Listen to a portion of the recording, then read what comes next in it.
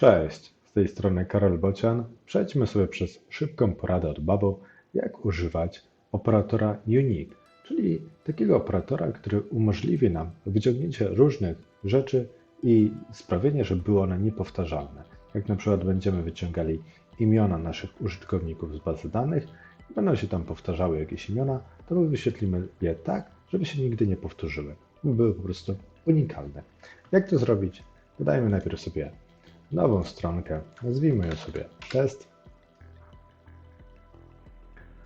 Wyświetlmy sobie powtarzającą się grupę i tu wyświetlmy sobie naszych użytkowników, więc weźmy wszystkich użytkowników z naszej bazy danych, a następnie wyświetlmy ich na przykład adres, e-mail, albo może jeszcze ciekawiej ich imię. Mamy sobie w naszej bazie danych wśród użytkowników, jak tutaj wejdziemy, imiona naszych użytkowników są trochę dziwne, ale są jednak. Niektóre się powtarzają, tak jak tutaj jest 321, 321, 312, 312.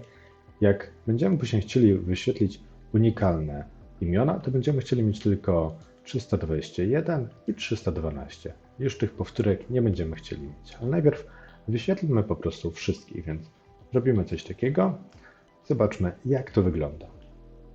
Mamy naszych użytkowników, tutaj niżej są już ci wypełnieni, na samej górze byli ci bez imion, też możemy im od razu coś tutaj wypełnić, żeby nam się nie wyświetlały puste wiersze, a zaakceptujemy sobie tutaj checkboxy, żeby nam się już nic nie wyświetlało, jakiś BB,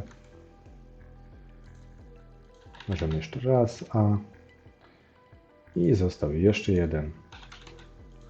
OK, jeszcze raz preview, zobaczmy, mamy wszystkich użytkowników, tutaj nam się wyświetlają. Teraz jak zrobić, żeby nie powtarzały nam się te imiona? Żeby jak mamy już A, to żeby drugi raz się nam nie wyświetlało.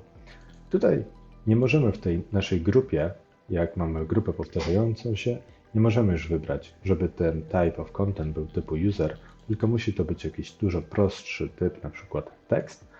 I tekst weźmiemy, bo name, czyli nazwa naszego użytkownika, jest po prostu tekstem. Tutaj teraz musimy wyciągnąć sobie, żeby każdy element, each item's name, był unique. I poprawiamy jeszcze sobie nasz tekst, bo teraz on się nie odnosi do użytkownika, tylko do imienia, więc musimy wziąć current cells text i tyle nam wystarczy. Sobie wykasujmy current cells text, wyświetlmy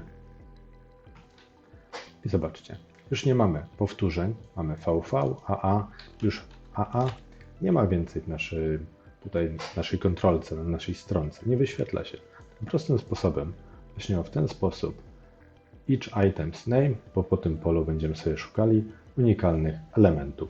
To co ciekawe, to nasza powtarzająca się grupa już nie może być typu jakiegoś bardziej rozbudowanego jak user, tylko musi być typu prostego, bo taki typ obsługuje w operatorze unique Bubble. To tyle z mojej strony na dzisiaj. Dziękuję za Twoją uwagę i zapraszam do mojego kolejnego materiału. Hej!